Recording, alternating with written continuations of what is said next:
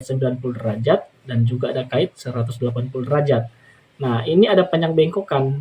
Nah, di Revit kemarin, panjang bengkokan ini kita belum masukkan di dalam schedule-nya. Nah, seperti ini. Jadi kalau kita mau lihat di sini, kita ke tabel ya di sini. Bentar. Ya, tabel. Nah, di sini kalau kita tanpa memasukkan kait di sini, bar bending plus kait di sini, kita hanya menggunakan bar length ya di sini. Nah, seperti format yang saya sampaikan kemarin. Nah, untuk memunculkan bar length plus kait ini, sebenarnya kita bisa menambah lebih dulu di sini kaitnya ya. Sini. Jadi caranya kita ke edit, kemudian di sini ada namanya bar length ya. Nah, di sini ada band diameter. Nah, tetapi kalau dilihat di dalam schedule-nya di sini tidak terlihat ya. Di sini saya coba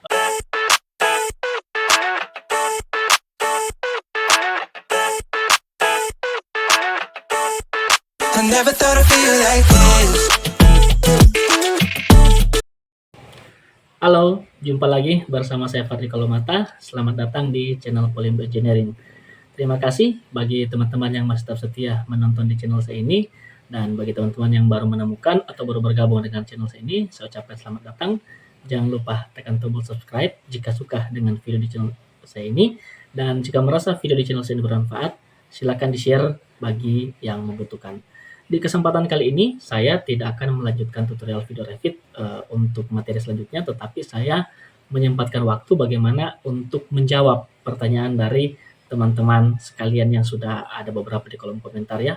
Dan sesuai dengan janji saya, di hari ini atau di kesempatan kali ini, saya akan menjawab satu persatu pertanyaan dari teman-teman sekalian. Baiklah, di sini sudah ada pertanyaan yang pertama. Di sini dari siapa ya ini, user ya. Di sini ada yang bertanya tentang Pak, mau tanya untuk hook edge star sama N-nya, saya adanya yang 90. Nambahin yang 135 gimana? Ya, ini berada di materi tutorial Autodesk Revit yang kelima untuk jembatan ya. Oke. Selanjutnya di sini ada dari Syamsul. Di sini berkata untuk tutorialnya nanti dilanjutkan untuk gedung 28 ya.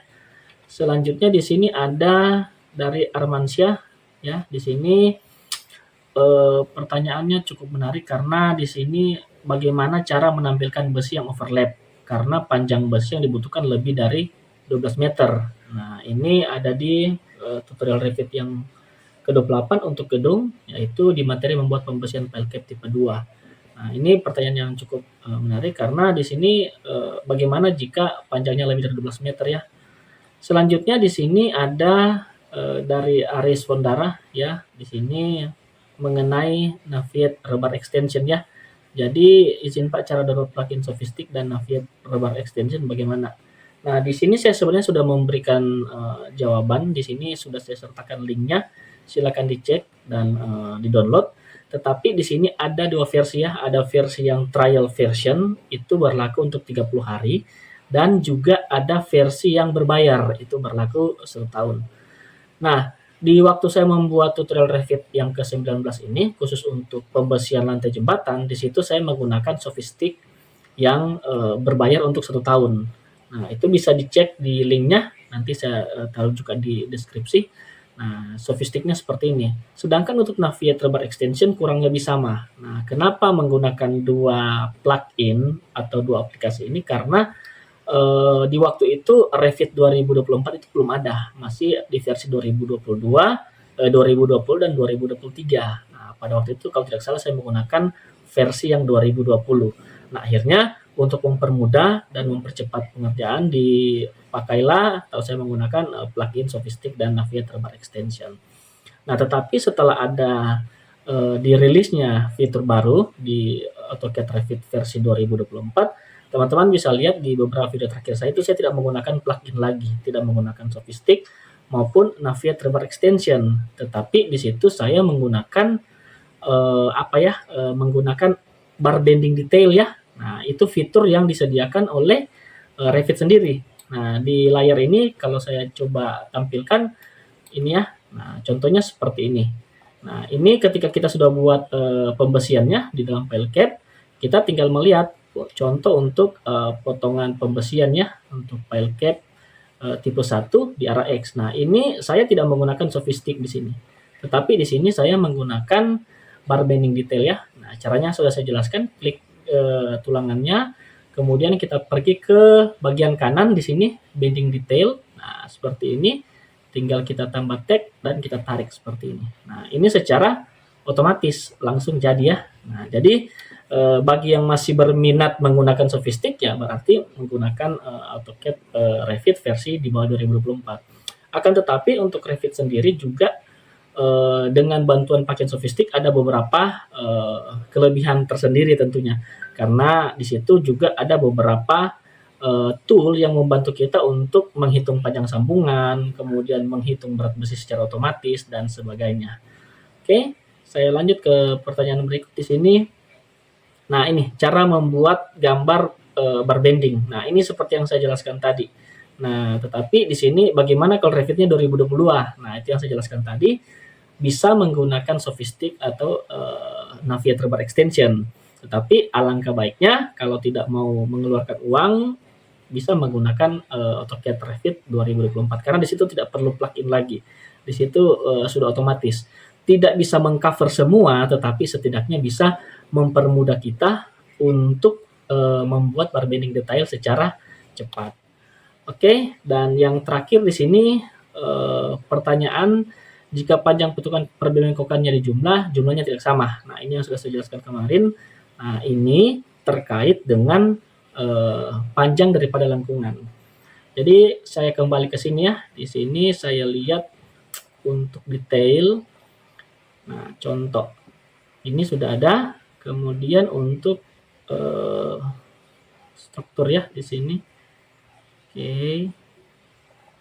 Nah, seperti ini. Oke. Nah, di sini sebenarnya untuk panjangnya harus ditambahkan dengan bar length plus kait.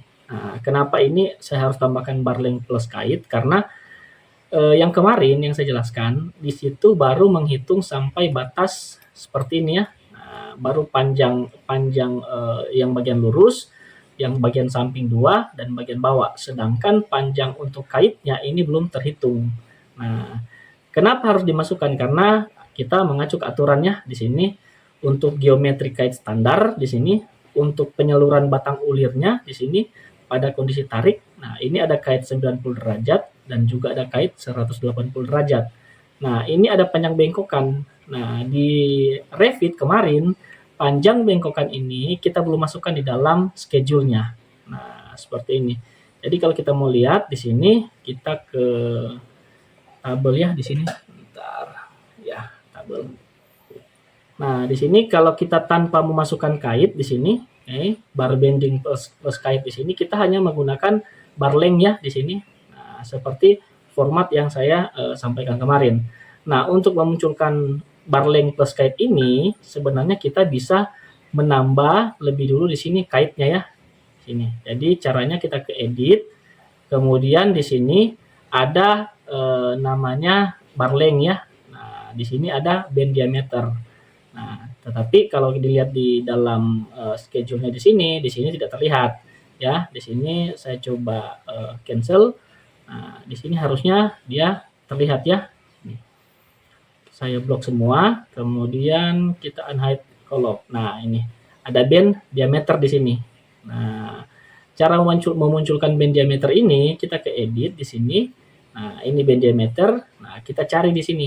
Nah, di sini ada bend diameter ya sini. Kita tinggal pilih saja. Nah, jadi kita masukkan akan keluar bend diameternya. Nah, bend diameternya itu di mana? Nah, bend diameternya itu kalau kita lihat pada gambar ya. Sini.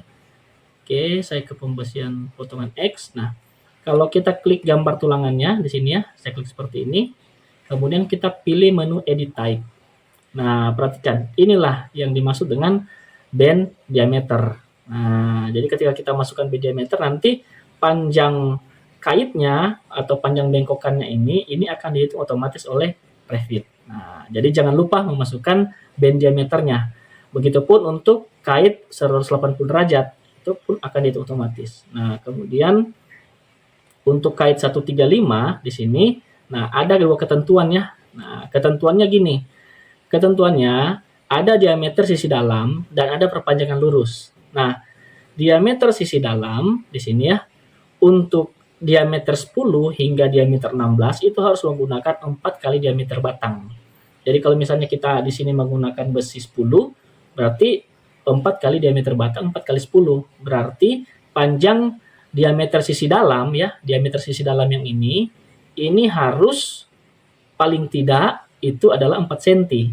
Artinya 4 kali 10 mili ya, 40 mili 4 cm. Sedangkan untuk tulangan yang lebih besar dari 16, katakanlah 19 sampai 25, untuk diameter dalamnya ini harus lebih besar. Harus lebih besar dari minimumnya itu harus 6 diameter batang. Artinya harus lebih besar dari ini ya, karena ini batas minimumnya ya. Kemudian setelah itu ada L extension atau perpanjangan lurus. Nah, perpanjangan lurusnya ini diambil terbesar. Contoh misalkan kita menggunakan besi 19, berarti kita kalikan ya, 6 dikali 19. Nah, di sini dapatnya 114 mili atau 11,4 cm. Nah, di sini aturannya terbesar antara atau terbesar dari 6 diameter batang dan 75. Nah, kalau misalnya kita menggunakan besi 19 dapatnya 114, maka kita menggunakan 114. Karena aturannya diambil terbesar perbandingan antara 6 diameter batang dan 75 mili. Nah, itulah yang menjadi catatan tambahan untuk menjawab pertanyaan dari teman-teman sekalian. Nah, kemudian yang terakhir di sini saya lihat masih ada satu pertanyaan tentang apa ya? Tidak bisa membuat hook ya. Nah, sebenarnya ini sudah saya jelaskan beberapa kali di tutorial. Nah, di sini saya coba buatkan satu contoh case baru. Oke, saya ke file, kemudian new, saya ke project di sini. Nah, ini saya coba ganti ke default-nya menggunakan ini ya, English metric ya. Nah, default metric seperti ini.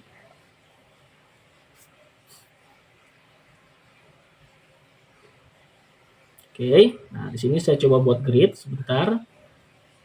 Saya buat grid seperti ini, misalkan. Oke, kita tarik lagi satu. Nah, kemudian saya buat satu grid lagi untuk arah vertikal ya. Nah, saya mau tempatkan katakanlah struktur daripada fondasi ya di sini. Saya mau tempatkan seperti ini. Oke, kita yes. Nah, di sini kita bisa lihat untuk family-nya ya. Oke, di sini saya menggunakan Revit 2020 masih bawaan karena saya masih familiar dengan yang 2020 ya di sini. Nah, sorry, kita ke 2020 library ya ini. Nah, kita menggunakan structural foundation di sini. Saya gunakan contoh misalkan seperti ini. Ini saya gunakan 3 file cap ya. Nah, ini saya masukkan. Oke, saya tempatkan di sini misalkan. Nah, kita lihat dari north ya di sini. Nah, ini sudah masuk. Nah, ini tinggal kita move saja ke atas. Oke, sini. Kemudian bagian ini bisa kita adjust mengikuti ini ya, ketinggian daripada tebal daripada file cap ini. Oke. Nah, seperti ini. Saya buat seperti ini. Nah, yang saya mau contohkan di sini, saya coba ke level 2 ya, di sini. Kita ke view dulu. Oke, kemudian kita ke plan view, structural view. Di sini kita centang. Nah, di sini saya sudah punya contoh satu file cap ya. Nah, saya buat section seperti ini. Oke, ini skalanya saya kecilkan 150. Ini saya balik ya, potongannya seperti ini saja. Lalu saya cek, kita go to view sini. Nah, kemudian setelah itu di sini saya buat penulangan ya. Saya ke structure, saya klik di sini, saya pilih rebar, oke, saya oke seperti ini. Nah, di sini bisa kita load ya di sini untuk library-nya ya. Revit misalkan di sini Saya pilih structural rebar ya, structural rebar seperti ini. Open.